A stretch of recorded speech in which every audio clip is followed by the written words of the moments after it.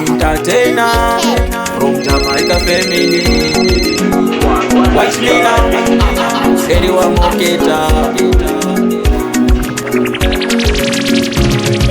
Nakatula saka kumangoma nilikumbava, inonzi nakatula taka tende mafasa tenda pampaka. Nakatula taka simangoma nilikumbava, inonzi nakatula taka tende mafasa tenda pampaka. Boisi lukumira msanipusha wakuru imimi musandisunda. Unokunele kwangu wandalinga levakandilimbisa mfira pakutanga. Unokunele kwangu wandalinga ndawapikira nakatula taka nakatula taka. Mangoma nilikumbava, inonzi nakatula taka ende mafanza tenda pampaka. Nakatula taka simangoma nilikumbava, inonzi nakatula taka ende mafanza tenda pampaka.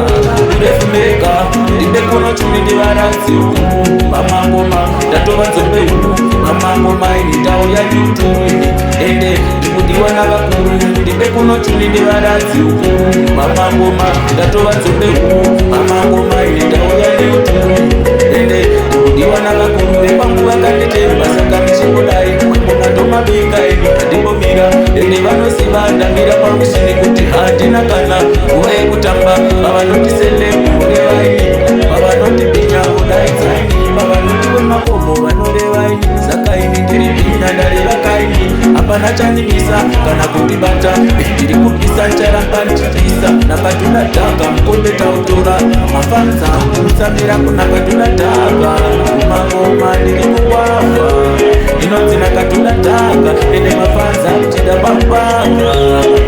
Nakatula taka mangoma ndiri kukwava inonzi nakatula taka ene mafanza kuchida pampaka.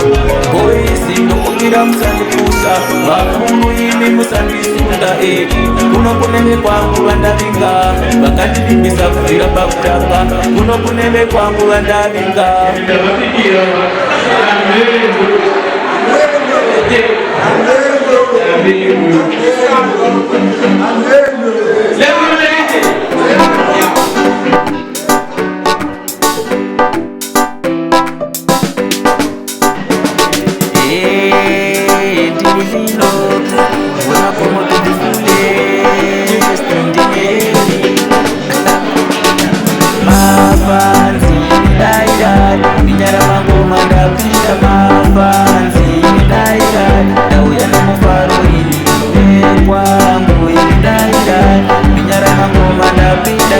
Kwangu